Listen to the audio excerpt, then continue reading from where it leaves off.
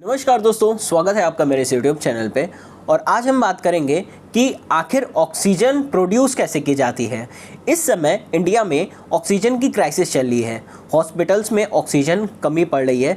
तो हम आज इस वीडियो में ये जानने वाले हैं कि हेल्थ केयर सिस्टम में जो ऑक्सीजन सप्लाई की जाती है ये प्रोड्यूस कैसे की जाती है। सबके मन में ये सवाल आता होगा कि आखिर ये ऑक्सीजन आ कहाँ से रही है। तो चलिए शुरू करते हैं, देखते हैं कैसे ऑक्सीजन बनती है। तो उससे पहले आपको ये जानना पड़ेगा कि एयर में क्या क्या पाया जाता है। ये जो एटमॉस्फेयर है, एटमॉस्फेयर में क्या क्या होता है, ठीक है। तो हम एयर को लेके चलते हैं। पूरा अर्थ जो है हमारा चारों तरफ से एटमॉस्फेयर से घिरा हुआ है। इसी एटमॉस्फेयर में oxygen, nitrogen, argon, helium, carbon dioxide, methane और वाटर वेपर जैसे बहुत सारे ऐसे एलिमेंट होते हैं जो इस अर्थ पे लाइफ को सस्टेन किए हुए, इस अर्थ पे ज़िंदगी को बनाए हुए हैं। नाइट्रोजन पेड़ पौधों के विकास के लिए ज़रूरी है। ऑक्सीजन पेड़ पौधे, जीव जंतु, हर कोई बिना ऑक्सीजन के रह नहीं सकता। इसलिए ऑक्सीजन कितनी महत्वपूर्ण है इस बात को हमको समझना होगा। जिस तरह से डिफॉरेस्टेशन किया जा रहा है, पेड़ पौधे क्या करते हैं, कार्बन डाइऑक्साइड लेते हैं और ऑक्सीजन रिलीज करते हैं। अगर हम पेड़ पौधे को काट देंगे तो ऑक्सीजन क्या होगा, हमारा बनेगा नहीं, और जो कार्बन डाइऑक्साइड है उसकी मात्रा बढ़ जाएगी। इससे क्या होगा, कार्बन डाइऑक्साइड क्या करता है, हमारे इन्वायरमेंट को गर्म रखता है। तो जिसकी वजह से कार्बन डाइऑक्साइड अगर बहुत ज़्यादा अमाउंट में हो गया तो ग्लोबल वार्मिंग जैसे खतरे बढ़ जाते हैं। इसलिए पेड़ पौधों को बचाना ज़रूरी है। तो एयर के बारे में हम बात कर रहे थे। तो एयर में बहुत सारे छोटे छोटे एलिमेंट होते हैं जो लाइफ को सस्टेन किए हुए हैं, ठीक है। देखिए, कंपोजिशन के बारे में बोल ले रहे हैं। ऐसा नहीं है कि एयर केवल एक ऑक्सीजन से मिलकर बनी होती है। एक्चुअली एयर बहुत सारी गैसेस का समायोजन है। बहुत सारी गैसेस इसमें मिली होती है, बहुत सारे एलिमेंट इसमें मिले होते हैं, तब जाके एयर का निर्माण होता है। इसमें क्या क्या पाया जाता है, तो ये चीज़ देखिए। सबसे ज़्यादा अमाउंट में एयर में पाया जाता है नाइट्रोजन, उसके बाद ऑक्सीजन, फिर आर्गन, फिर कार्बन डाइऑक्साइड। इस तरह करके छोटी छोटी गैसेस आती हैं। तो हमको ये देखना है कितने कितने परसेंटेज में वो सारी चीज़ें पाई जाती हैं। इसके अलावा एयर में डस्ट पार्टिकल होते हैं, वाटर वेपर होती हैं।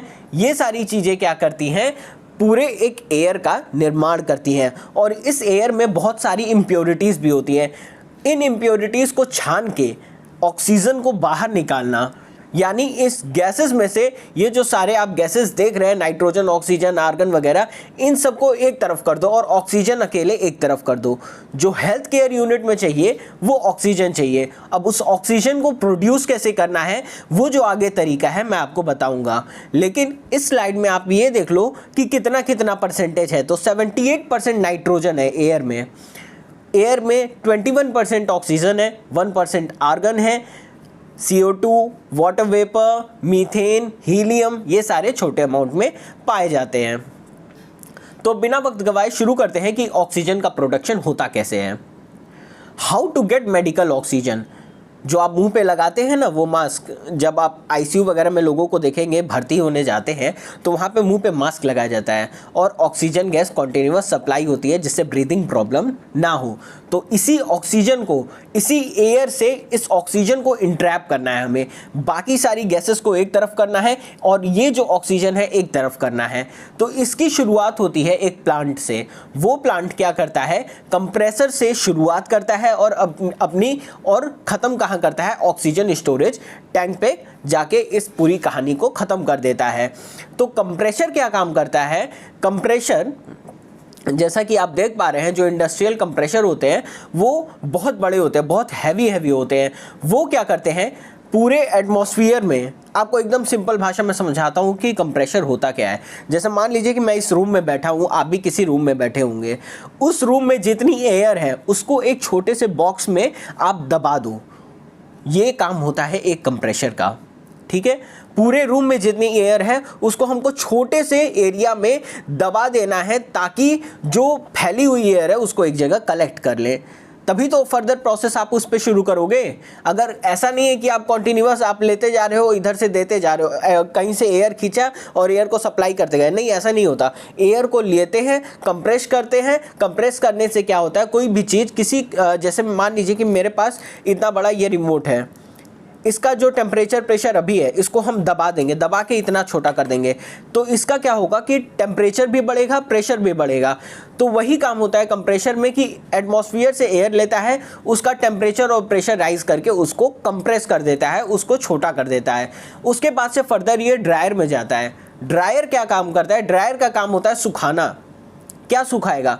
जो मॉइस्चर है, जो उस एयर में मॉइस्चर है उसको सुखाने का काम करता है ड्रायर। फिर जाता है वो फिल्टर में जहाँ पे डस्ट पार्टिकल्स वगैरह सेपरेट कर दिए जाते हैं।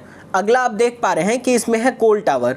कोल्ड टावर क्या करता है कि जो ऑयल है, क्योंकि मैंने बोला ना एयर में एक ही एलिमेंट नहीं होता है, एक ही गैसेस नहीं होती, इसमें बहुत सारे छोटे छोटे तत्व मिले होते हैं। तो इसमें कुछ ऑयल पार्टिकल अगर होगा तो वो भी क्या होगा कि ये कोल्ड टावर इसको एब्जॉर्व कर लेगा। ठीक है, तो कंप्रेशर में हमारा टेम्परेचर प्रेशर राइज हुआ, फिर उसके बाद ड्रायर में गया, उसको सुखाया गया, फिल्टर में जाके उसकी छनाई हुई जहाँ पे उस पर डस्ट पार्टिकल निकला, फिर कोल्ड टावर आया। कोल्ड टावर पे क्या हुआ कि हमारे पास ऑयल जो है, जो उस एयर में ऑयल था उसको भी हमने हटा दिया। फिर वो जाके एक एयर टैंक में उसका स्टोरेज होता है। ठीक है, जो एयर हम प्योरीफाई किए हैं वो जाके एक एयर टैंक में स्टोर हो जाएगा। उसके बाद वो पीएसए जनरेटर पे जाता है। अब ये पीएसए जनरेटर क्या होता है? पीएसए जनरेटर एक ऐसी डिवाइस होती है जिसमें जियोलाइट भरे होते हैं। वो जियोलाइट क्या करता है कि नाइट्रोजन को अलग कर देगा और ऑक्सीजन को अलग कर देगा। सिंपल यही काम करता है पीएसए जनरेटर, क्योंकि हमें तो ऑक्सीजन चाहिए, हमें नाइट्रोजन की ज़रूरत नहीं है। नाइट्रोजन अभी हमारे लिए वेस्ट है, तो ऑक्सीजन को अलग करना और नाइट्रोजन को अलग करना ये काम होता है पीएसए जनरेटर का। फिर यहाँ पे जो ऑक्सीजन अलग की गई है उसको ऑक्सीजन स्टोरेज टैंक में स्टोर कर लिया जाता है और उसके बाद उसको भेजते हैं स्टेरलाइट बैक्टीरिया फिल्टर में, जहाँ पे अगर उसमें मान लीजिए कोई भी विषाणु है, कोई भी बैक्टीरिया, कोई भी वायरस है, तो उसको वहाँ पे वो ख़त्म कर देता है, ताकि हमारे पास जो एयर आए, हमारे पास जो ऑक्सीजन आए, एयर नहीं, हमारे पास जो ऑक्सीजन आए वो बिल्कुल फ्रेश हो, उसमें कोई भी इम्प्योरिटी नहीं हो, कोई डस्ट पार्टिकल नहीं हो, कोई ऑयल पार्टिकल ना हो, कोई बैक्टीरिया ना हो, वो एकदम प्योर हो। उसके बाद आता है आपका बूस्टर पंप। बूस्टर पंप क्या काम करता है? बूस्टर पंप उस ऑक्सीजन सिलेंडर में जो स्टोर हो रहा है, जब आप जाओगे देखोगे हॉस्पिटल में जो ऑक्सीजन सिलेंडर रखे होते हैं तो उसमें एक डेफिनेट प्रेशर पे उसको एक ऑक्सीजन को स्टोर किया जाता है, और जिस डेफिनेट प्रेशर पे उसको स्टोर करना है, जैसे मान लीजिए कि 15 psi 16 psi, ऐसे मैं एग्जांपल बता रहा हूँ, उतने पे एक स्पेसिफिक प्रेशर पे जितने पे स्टोर करना है वो काम करता है बूस्टर पंप। कितना प्रेशर से हमको उसमें सिलेंडर में भरना है वो एक काम होता है बूस्टर पंप, और फाइनली ऑक्सीजन स्टोरेज टैंक में जाके वो स्टोर हो जाता है। तो ये पूरा प्रोसेस होता है कि एक प्लांट में किस तरह से हम एयर में से ऑक्सीजन को खींच के ऑक्सीजन स्टोरेज टैंक में स्टोर कर लेते हैं, और ये फाइनली ऑक्सीजन स्टोरेज टैंक चला जाता है हमारी हेल्थ केयर यूनिट्स में जहाँ पे ऑक्सीजन की सप्लाई होती है। तो ये एक प्रोसेस हो गया। अगला प्रोसेस होता है कि हम नाइट्रोजन भी अलग कर लें, उसके बाद आर्गन भी अलग कर लें, और अब ऑक्सीजन को गैसियस फॉर्म में ना करके उसको लिक्विड ऑक्सीजन फॉर्म में स्टोर करना है। तो इसके लिए हम क्या करते हैं, तो चलिए आगे वाली स्लाइड में देख लेते हैं। यहाँ पे भी एकदम सेम काम होता है। शुरुआत में आप देख पा रहे होंगे यहाँ पे एक फ़िल्टर है। फ़िल्टर क्या काम करेगा? सेम वही फ़िल्टर कर देगा, जो भी एयर आ रही है उसमें डस्ट पार्टिकल, ऑयल कंटेमिनेशन वगैरह जो भी है उसको अलग कर देगा। फिर वो जाता है जहाँ पे एयर अंडर प्रेशर लिखा है वो एक्चुअली कंप्रेशर है। कंप्रेशर टेम्परेचर और प्रेशर राइज कर दिया फर्दर।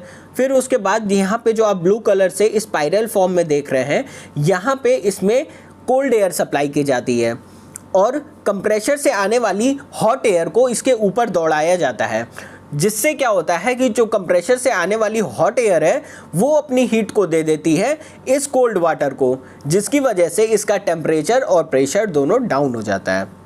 ठीक है, टेम्परेचर डाउन हो जाता है, जो कंप्रेशर से हॉट एयर आ रही है उसका टेम्परेचर डाउन कर देगा। ये ब्लू वाला जो आप स्पाइरल देख रहे हैं इसको बोलते हैं कूलिंग टावर। कूलिंग टावर में जाएगा, उसको ठंडा कर देगा। फर्दर क्या होता है कि ये जो कोल्ड कंप्रेस्ड एयर है इसको हम भेजते हैं सेपरेटर पे। सेपरेटर क्या काम करता है? सेपरेटर यहाँ से कार्बन डाइऑक्साइड को उठा के फेंक देता है और बाकी जो नाइट्रोजन, आर्गन और ऑक्सीजन है उसको आगे प्रोसेस के लिए भेज देता है। तो सेपरेटर में क्यों कार्बन डाइऑक्साइड अलग हुई इसको समझिए। कार्बन डाइऑक्साइड का freezing point near about 78 degree Celsius होता है। इसके अलावा जो ऑक्सीजन नाइट्रोजन और आर्गन का जो फ्रीजिंग पॉइंट होता है वो -180 डिग्री से ऊपर होता है, ठीक है। यानी -184 जा सकता है, -190 जा सकता है, -210 जा सकता है। तो इसमें क्या होता है कि पहले ये सॉलिडिफाई हो जाता है। कार्बन डाइऑक्साइड जब सेपरेटर में जाता है तो वो सॉलिडिफाई जो हो जाता है। ये सेपरेटर होता क्या है, सेपरेटर में एक्चुअली ये काम करता है कि एक्सपैंड कर देता है। जैसे कि आप देखे होंगे अपने एलपीजी सिलेंडर जो होता है, एलपीजी सिलेंडर में क्या होता है, वहाँ पे जो गैसेस स्टोर की जाती हैं हाई टेम्परेचर और प्रेशर पे स्टोर कर दी जाती हैं, और फर्दर जब उसका आप नॉब खोलते हैं तो एक बहुत स्प्रिंकलिंग होती है जिसकी वजह से फर्दर एक्सपैंड हो जाता है वो, और हाथ पे बहुत ठंडा लगता है, ठीक है। तो सेपरेटर वही काम करता है, अचानक से ये जो गैसेस है उसको एक्सपैंड कर देता है। एक्सपैंड होने की वजह से उसकी हीट लॉस होती है, ठीक है, और वो उसका टेम्परेचर डाउन हो जाता है।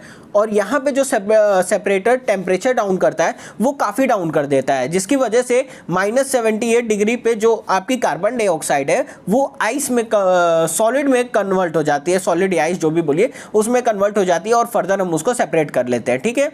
फिर उसके बाद जो नाइट्रोजन, ऑक्सीजन और आर्गन है उसको आगे भेज देते हैं। यहाँ पे क्या होता है, फ्रैक्शनल डिस्टिलेशन में ये जो ऑक्सीजन होती है उसका जो तुम्हारा फ्रीजिंग पॉइंट होता है ना, बाकियों के कंपैरिजन में क्या होता है, जैसे मान लो कि -183 डिग्री है, -183 डिग्री सेल्सियस लिक्विड ऑक्सीजन का आपका फ्रीजिंग पॉइंट है। तो ये क्या होगी, ये तरल के रूप में रहेगी, ये लिक्विड के रूप में रहेगी। बाकी जो नाइट्रोजन और आर्गन है वो गैस के फॉर्म में कन्वर्ट हो जाती है।